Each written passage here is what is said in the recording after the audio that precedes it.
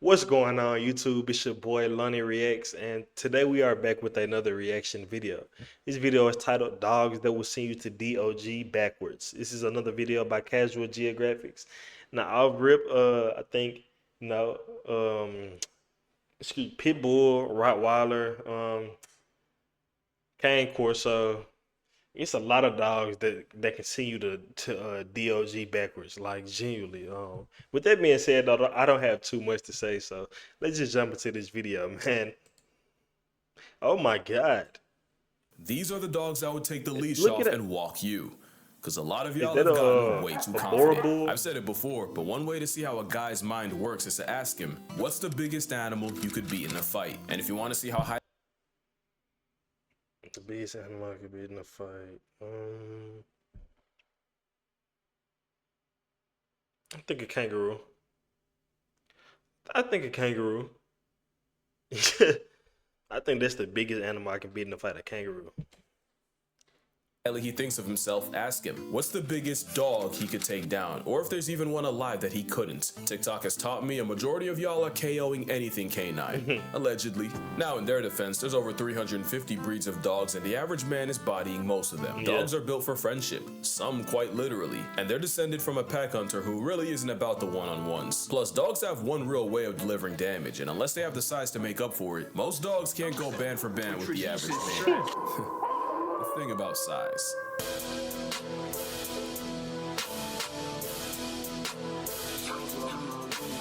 Some canines are big enough to take you off the registry. Once dogs hit that 140 to 150 pound range, they go from a loud inconvenience to something whose free will could potentially put you in a dirt motel. Bigger than that, and you got the kind of dog where every breath you take is by his blessing. Real quick, this isn't to demonize any breed or inspire you to test your luck against your dog. And also, don't take this too seriously. I know Fantasy Fight Club loves hills to die on, but first we got the kangaroo. The Kangal Shepherd is a Turkish Fido flex bred as a livestock guardian dog against jackals, wolves, and bears. Males on average get from 110 to 150 pounds, but ask around. Someone will tell you about their 180. Oh, I think I know why I got those spikes on his neck. That's to like keep it from getting bitten by like wolves and probably other predators that's in that area. Like you said, those are dogs to protect against livestock and stuff. So yeah. Males on average get from 110 to 150 pounds, but ask around. Someone will tell you about their 180-pound attitude adjustment. An important distinction is that these aren't herding dogs. They're guarding dogs. The canine insurance policy pretty much are part of the herd, and any predators that flock around very quickly find out. Kangals will defend theirs in any situation, and while the cellmate of Cerberus prefers intimidation, they'll catch a clean body if it gets there. The catch is, since Kangals are built to defend the defenseless, they're unironically really good with children. But with a temper more trigger-happy than the state of Texas, nothing steps to a member of a Kangal's herd without getting read in an obituary. Apparently, some Kangals have snapped at their owners for getting too close to their own sheep. With Kangals having the strongest bite of any dog at an alleged 743 pounds per square inch, a snap from a helicoptering horsehound hits much different. They're so protective, they even protect some of the predators they were hired against. In Namibia, ranchers and cheetahs share an area code, and in a world where a dead cow can set your entire family back, many cheetahs become chalk outlines in the name of asset protection. But having Kangals and Anatolians on site, which as far as I understand are Americanized Kangals, the cheetahs get run off by canine conflict resolution before the ranchers have to reach for a permanent solution. The Kangal option actually reduced cheetah trappings and killings by 80%, and in some places they're providing the same deterrent service to wolves. So all in all, they're still a good dog,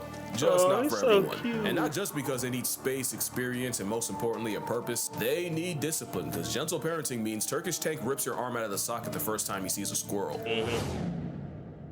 This fluffy boulder would send you back to the mountains they spawned from. Forged in the mountains of Caucasus, the Caucasian Shepherd is also called the Russian Bear Dog, even though they're not Russian, and you're liable for a lecture if you call them that in front of the wrong person. They also weren't bred to hunt bears. They're also livestock life insurance. It's just that calorie blocking a bear might just come with a job description. The blow-dry Tasmanian Devil comes in two forms, the longer coated mountain type and the shorter coated steppe version. The mountain brand are the big boys, and usually the ones that can get to over 200 pounds. And I promise you, you are not choking choking out a Wolverine on creatine with war experience. The dog, also called the ovcharka, was used in World War II as Soviet Union guards that would gatekeep Soviet gulags. So they might not send you there, but they'll keep you in its custody. So even though they didn't originate in Russia, before the Soviet Union developed an atomic bomb, they mobilized a furry nuke in the form of Fido. Also, a good amount would patrol the Berlin Wall, and after the wall came down and the dogs were adopted out, many of the veterans would suddenly remember their orders whenever near the past tense wall and would robotically walk in obedience to a wall that wasn't there. So yeah, folks messed around and created an absolute unit of a sleeper agent, and it isn't until you have about 200 pounds of dog resisting your will that you realize what the amounts of Caucasus were cooking. There's a reason this domesticated bear is used in Russian prisons. Imagine packs of ovcharkas roaming the city of Berlin at the expense of anyone unlucky enough to run into them. Well, you don't need imagination. For one of the dogs next, it's a reality. This is honestly the first place my mind went after hearing about the man versus dog debate. You tell him to sit, he looks at you like this. What is your next move? Diakujo decides to climb on your couch where he knows he's not allowed. What is your vehicle of retribution? I pray it's not a rolled up newspaper. He gonna make you a small section of the next one. Latin is like a linguistic black light that tells the full story of a word, and when you shine it on cane corso, canis is dog, and corso or cohors refers to guard, specifically a military guard dog. Corsos, or actually corsi, are kind of the guard dog, and they're descended from ancient Roman war dogs known as canis pugnax. For corsi, the Italian Mastiff would attack enemy lines in battle with buckets of flaming, scalding hot oil strapped to their backs. Fun fact, in my culture, cani is the name of a spice you put on dishes, and to me it's all good, but to someone who's never had it before or doesn't know how to handle it, it can be an overseasoned assault on the senses. Same story with the uber black of dogs. Handle them wrong and they're a one-way trip straight to Valhalla. And with many over 120 pounds, I do believe every conscious breath you take is with their consent. Again, they're guard dogs that protect their pack, and within it, they're docile family dogs that you can trust with the kids. But the same dog that can tear a wild boar in half like a phone book would absolutely turn you into coffin fodder in a fight. This might be the most underrated dog out here. First time I saw one, I genuinely thought it was a customized cane, and while they look similar at up to and often over 140 pounds, the Bressa Canario somehow tankier than the canine Italian stallion. Don't get it twisted, the Spanish Mastiff off the Canary Islands is 404ing most men. They just might have been brought over by Spanish conquistadors, and they were admired for their intelligence, toughness, and like a fitted sheet they won't fold. But they were also bred specifically to exterminate wild or stray dogs. And that's something I'm gonna touch on later, because LGDs like ovcharkas, they're not meant to murk predators, just discourage them. They bred the Presa Canario to erase other dogs. That's basically a canine assassin. The hired gun was also a reoccurring character in dogfighting rings, even after it was criminalized. Because of this, the pride of the Canary Islands almost went extinct in the 60s. Luckily, a breed society, Club Español de Presa Canario, was formed, and they came up with a breed standard. The standard was approved in '89, and the Presa Canario was recognized as the official dog of the Canary Islands. The goal was to help the Presa make a comeback, and today they're still going strong. They have a lifespan that can last over a decade, despite all the nerfs that come with being a big dog. Which means we're talking about the dog that has fought its own kind, its own biology, and literal extinction. Not the type I want to start problems with. Now let the record show that the muscle of canary is the equivalent of a canine wet wipe around family, but any burglar is getting blacklisted from the census. Once upon a time, a zoo in China caught heat for trying to pass off a dog as an African lion. Oh, it didn't last long and they were for sure wrong, but when you squint at a Tibetan Mastiff, you see their inspiration. This woolly mammoth is one of the oldest dog breeds alive, and they were used to protect Buddhist monasteries and Tibetan monks from apex threats like wolves, bears, and snow leopards. Traditionally, the hound of the Himalayas would sleep apex threats like wolves, bears, and snow leopards. Traditionally, the hound of the Himalayas would sleep all day and patrol the villages at night, so if you take in a Tibetan Mastiff, you may find their habits nocturnal.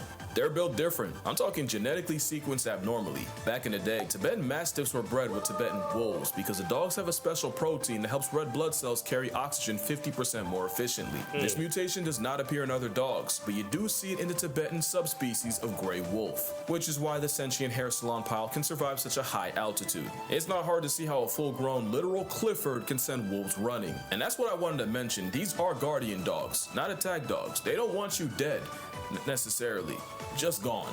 They're not out here looking for smoke, and if you have one, you'll find that the most dangerous thing about them is the constant slobbering can be a slip hazard. So these are the But dogs there's the Timmer was catch. using. The Tibetan Mastiff wasn't just insurance, they were a status symbol, especially in China. One named Big Splash sold for $1.5 million, so they can ruin you physically and financially. The problem is, like all fads, the TM hype faded fast, and the outcome was more abandoned Mastiffs than anyone knew what to do with.